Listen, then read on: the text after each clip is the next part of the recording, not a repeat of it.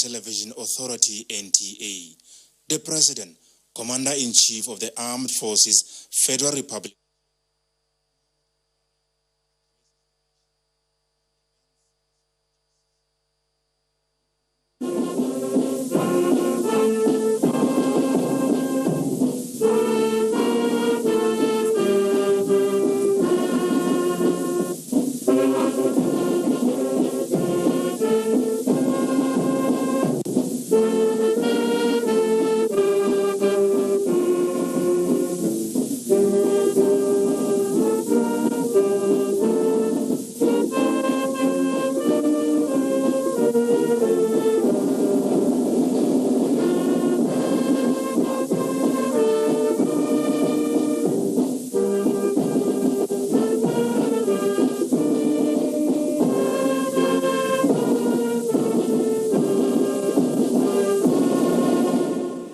Fellow Nigerians,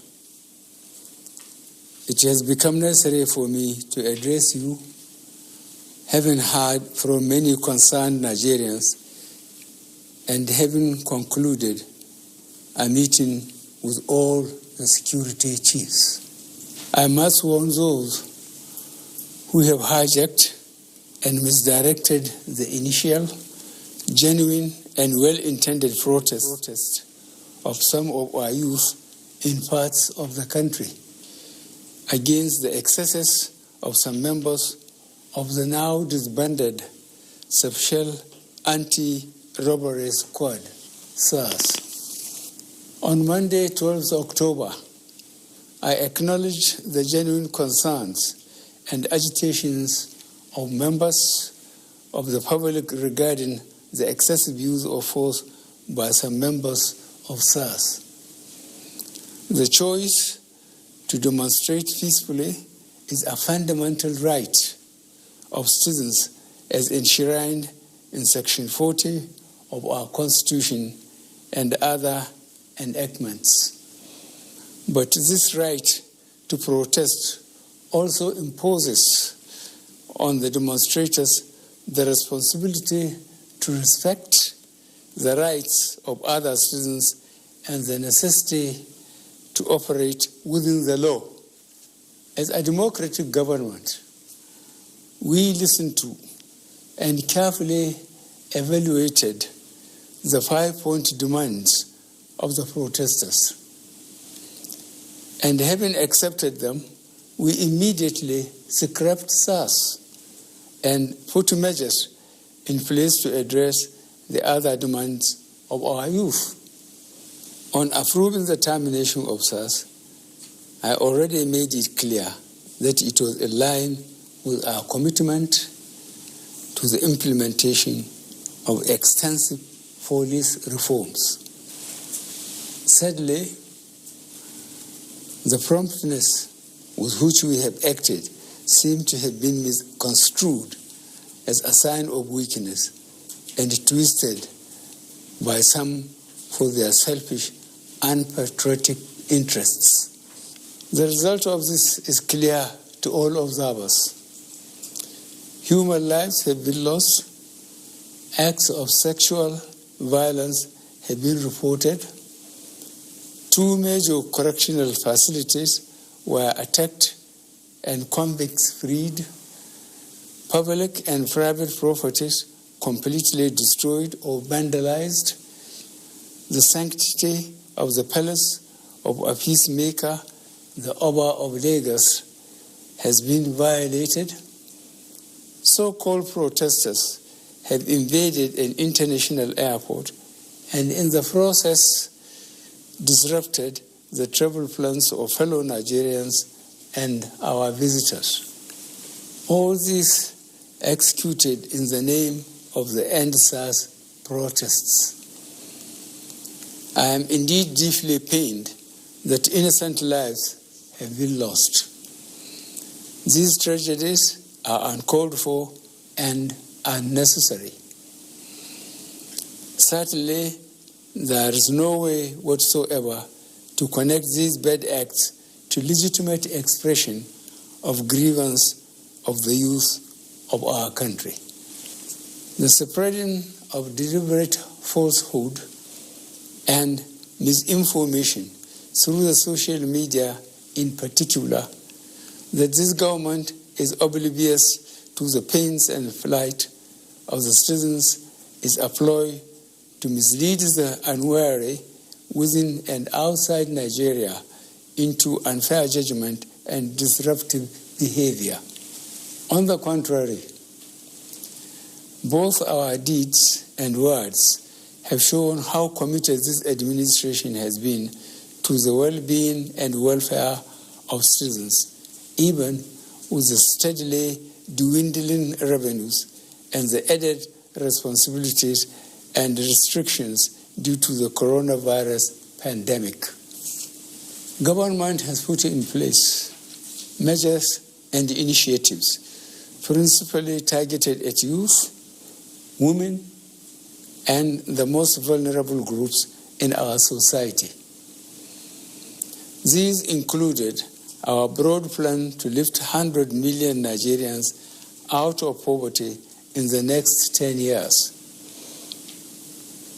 The creation of 75 billion Naira National Youth Investment Fund to provide opportunities for the youth and the micro, small, and medium enterprises survival fund, through which government is A, paying 3 months' salaries of the staff of the 100,000 micro, small, and medium enterprises. B, paying for the registration of 250,000 businesses at the Corporate Affairs Commission. C, giving a grant of 30,000 Naira to 100,000 artisans. And D, guaranteeing market for the products of traders.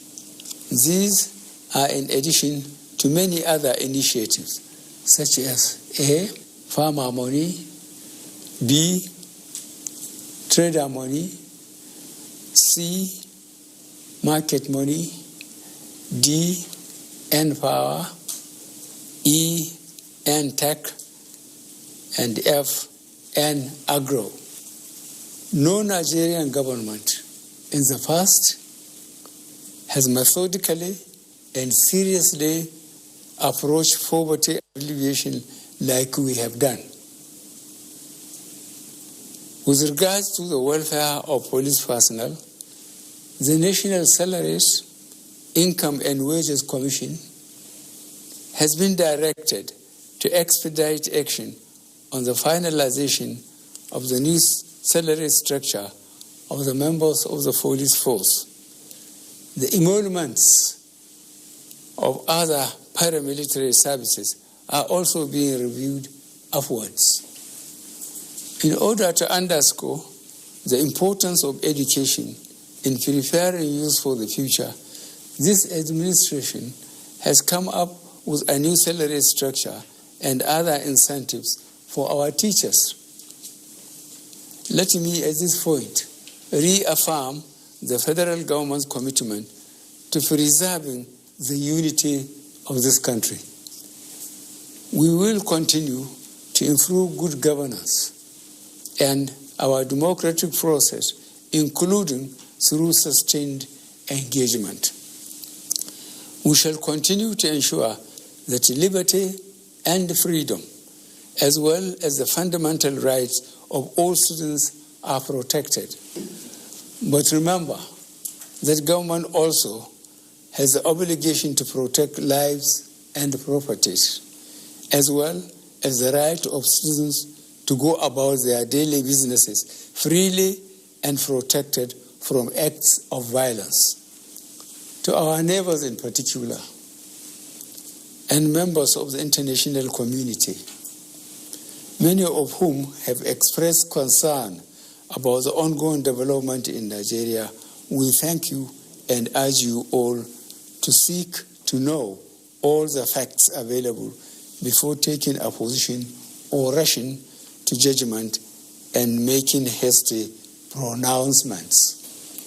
In the circumstances, I would like to appeal to protesters to note and take advantage of the various well-thought-out initiatives of this administration designed to make their lives better and more meaningful, and resist the temptation of being used by some subversive elements to cause chaos with the aim of truncating our nascent democracy.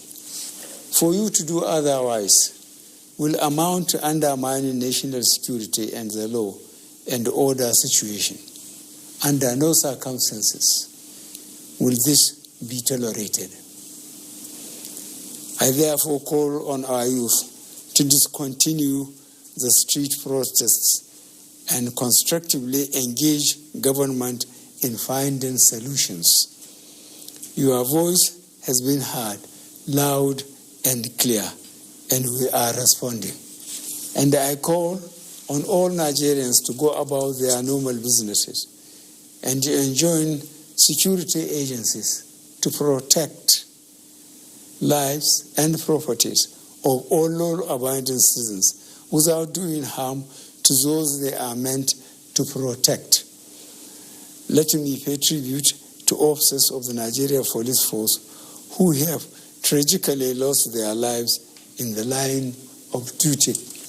I would like to thank those state governors, traditional and religious leaders who have appealed for calm and restraint. I also thank youth leaders who have restrained their followers from taking the law into their hands.